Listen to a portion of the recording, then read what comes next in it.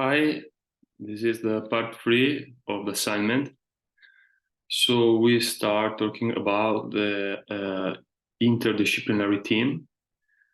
So the participants and the roles involved in the RTP pathway are the head physiotherapist that has to guide the tissue healing, mobility, and early alert, and has to monitor the later stages. The head of performance has to guide the load in the central and the final phases, and he has to drive progression of running and sport-specific tasks and return to training and return to play and performance. The head doctor that has to control tissue healing and any medical complication that could arise during the pathway. The head coach that has to express his need about player involvement in the field sessions and in the other team activities, and has to manage sport-specific activities. The sports psychologist that has to monitor any psychological issues. The nutritionist that has to control weight and the right way of alimentation during the different phases. The club manager that has to express club's needs, and the agent that has to protect players' needs, and the family that has to support and help player in his decision.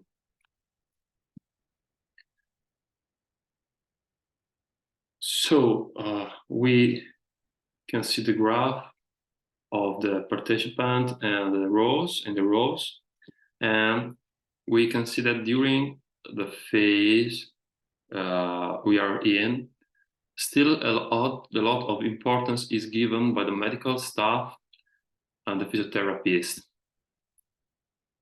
who actually lead the meeting. In contrast to the meeting in the previous phases, however, the voice of the head of performance and technical staff is increasing.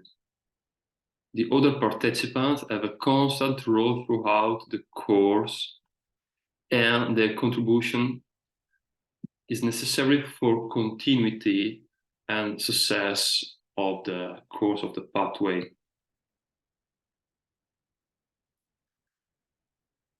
So about the demands of the sport and how they impact rehabilitation and return to performance process, we can say that in order to plan an effective return to performance pathway that empowers the athlete to return to better and safer performance, we have to consider several factors.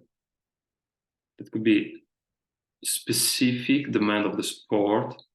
We know that rugby is a sport that requires qualities such as endurance, speed, agility, power, flexibility, and sport-specific skill. And that there's a game consisting of jumping, pushing, pulling, wrestling, tackling, throwing, and sprinting. So several different actions. And we have also to consider the age of the athlete at the impending possible transition from youth to professional rugby. We know that physical demand and injury incidence experience in rugby increases with age, exposure to play, and level of participation. So there is a significantly greater measure of body mass, strength, and power in senior players when compared to the under 20 counterparts. So we know that there is a shift from greater running distance and less contact to greater contact and less running distance as the age increases. Demonstrates the need for increased contact preparation. Moreover, playing flanker involves a lot of tackling, but also being involved in scrums and lineouts. Moreover, again, of all forwards, the flanker is the role that requires most field skill. About the injury mechanism, we know that the injury occurred during a tackle. From the analysis of the video, we can see how the cervical spine went into hyperflexion associated with a left inclination. So we have to consider that the player had previously suffered a fracture of his right clavicle.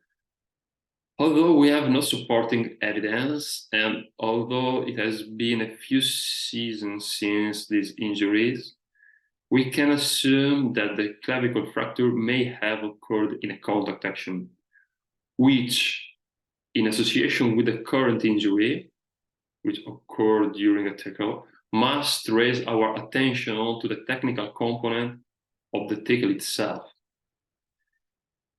Especially in view of the fact that the player's role is one of the most involved in this type of action, and that the physical demand and number of tackles will increase as he becomes a professional player. So about the rehabilitation phases and the specific phase in which we are in the intermediate phase or phase 2. This phase can be seen as the first part. It has the loading phases of the general phase. In this phase, the joints should be able to carry a load over the full run. The nervous system should be tested through proprioception, stability, and control. The cross-sectional area of the muscle should increase, and movements should be changed to adapt the external stimuli. So at this stage, the player has already regained complete cervical mobility in all directions, both passive and active, in the absence of pain and with negative upper limb tension test. He also achieved excellent results on a proprioceptive level during the joint position test.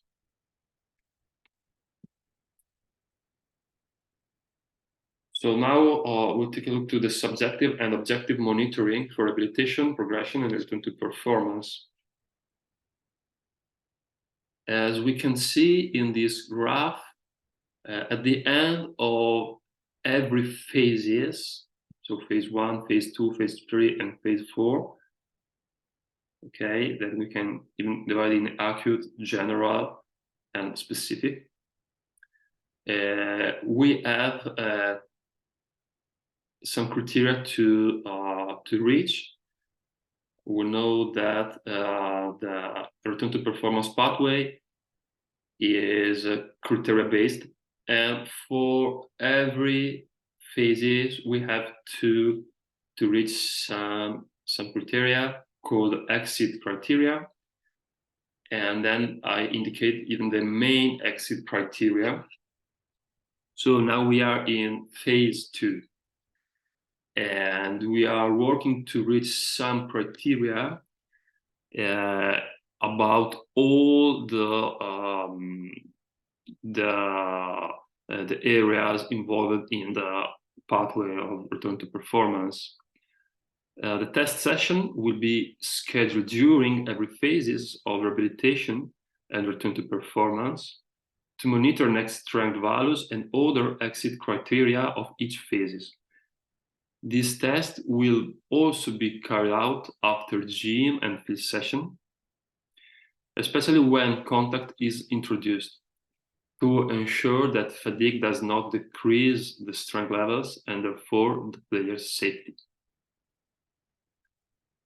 So if we go a little deeper inside this graph and in the phase where we are, we can see that the main exit criteria is the close kinetic chain upper extremity stability test that has to be more than 30. That indicates a very good stability of the shoulder. The player has to reach 90% limb symmetry index for the isometric strength of the calf at 90 degrees, and the isometric strength of the neck has to reach the 75% of the normative data referred to professional player.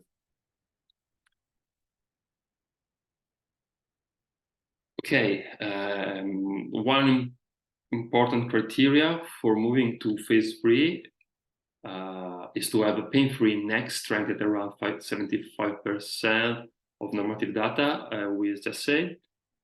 Even more important will be the level of strength of the neck muscle set as a criterion to progress to phase 4, in which contact will be reintroduced, which must match the normative data reported by Hamilton in 2014. Here we can see the values. And I think that this goal could considerably slow down the return to play process, but in my opinion, it is a priority to safeguard the athlete's health and to give him a greater chance of performing well at the professional level. So to summarize, we are in the second phase of the return to performance pathway of a particularly delicate injury, considering the area of the injury in a young player who is on the threshold of professionalism. It is a particularly delicate situation and therefore requires very careful planning. Share between different professional figures. So monitoring of progress must be very careful and precise throughout the whole process. And every aspect must be taken into account by listening to the needs and opinions of all participants, especially those of the athlete himself. That has to be the central point of the whole process, as we can see here in the graph about the round table. Thank you for your attention.